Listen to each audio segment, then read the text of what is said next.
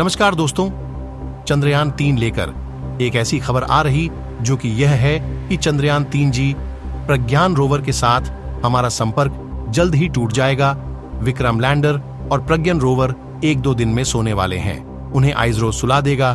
ये खुलासा ISRO chief S Somnath ने आदित्य L1 की सफल लॉन्चिंग के बाद कही। उन्होंने कहा कि दोनों को सुलाया इसलिए जा रहा है ताकि 14-15 दिन बाद जब चांद पर सूरज फिर से उगे तो ये दोनों फिर से एक्टिव होकर काम कर सकें। चंद्रयान-3 को लेकर एक बड़ा खुलासा हुआ है। आइसरो अब विक्रम लैंडर और प्रज्ञान रोवर को सुलाने वाला है।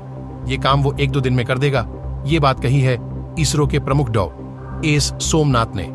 उन्होंने आदित्य L1 की सफल लॉन्चिंग के बाद ये जानकारी दी।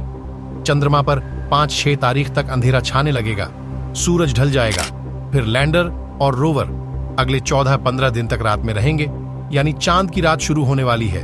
लेकिन अभी चांद पर दिन है या रात। चंद्रयान-3 23 अगस्त 2023 की शाम 6:04 पर चांद के दक्षिणी ध्रुव के पास उतारा गया।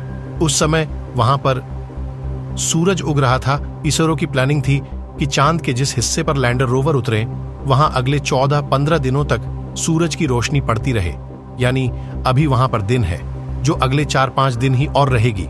उसके बाद अंधेरा होने लगेगा। सूरज की रोशनी लैंडर रोवर पर नहीं पड़ेगी।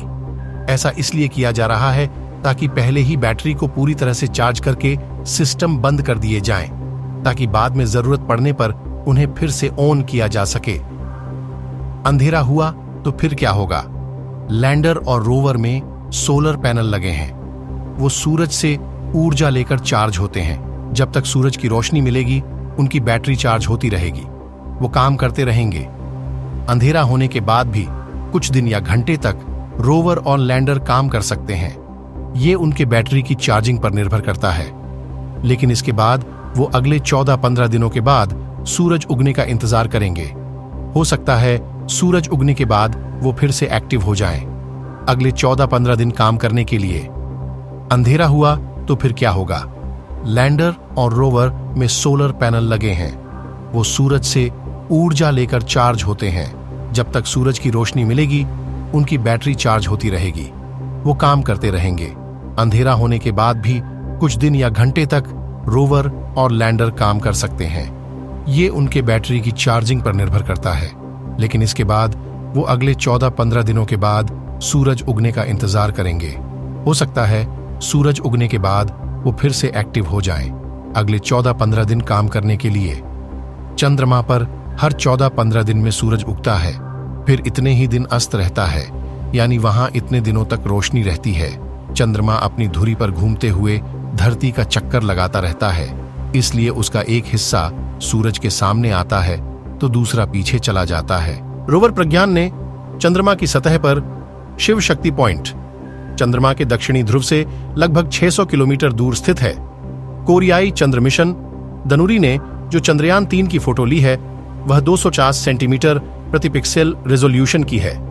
इसके साथ ही अमेरिका के नासा के lunar reconnaissance on orbiter LRO ने भी चंद्रयान-3 की फोटो खींची थी। LRO की तस्वीर 50 सेंटीमीटर प्रति पिक्सल रेजोल्यूशन की है, जबकि चंद्रयान-2 के ऑन ऑर्बिटर की तस्वीर 42 सेंटीमीटर प्रति पिक्सल रेजोल्यूशन की है।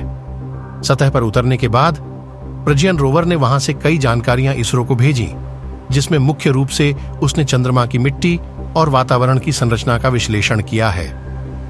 अभी स्लीप मोड में हैं रोवर और लैंडर। इस महीने की शुरुआत में चंद्रयान-3 के रोवर ने अपना असाइनमेंट पूरा कर लिया था, जिसके बाद इसे स्लीप मोड में डाल दिया गया है। इसमें लगे EPIXIS और LIBS पेलोड्स को भी बंद कर दिया गया है। इसरो ने बताया है कि रोवर में लगे पेलोड्स में दर्ज सभी डेटा लैंडर के जरिए पृथ्वी पर भेजे जा चुके हैं। इसरो ने यह भी बताया है कि रोवर प्रज्ञान की बैटरी पूरी तरह से चार्ज है और उम्मीद है कि 22 सितंबर को जब चंद्रमा के दक्षिणी ध्रुव पर फिर से सूर्य की रोशनी पड़ेगी तो हो सकता है कि स्लीप मोड को फिर से एक्टिव मोड में किया जाएगा और वह संभवतः फिर से काम करने लगेगा। चंद्रयान-3 मिशन ने 14 जुलाई को आंध्र प्रदेश के श्रीहरिकोटा स्थित सतीश धवन अंतरिक्ष केंद्र से उड़ान भरी थी।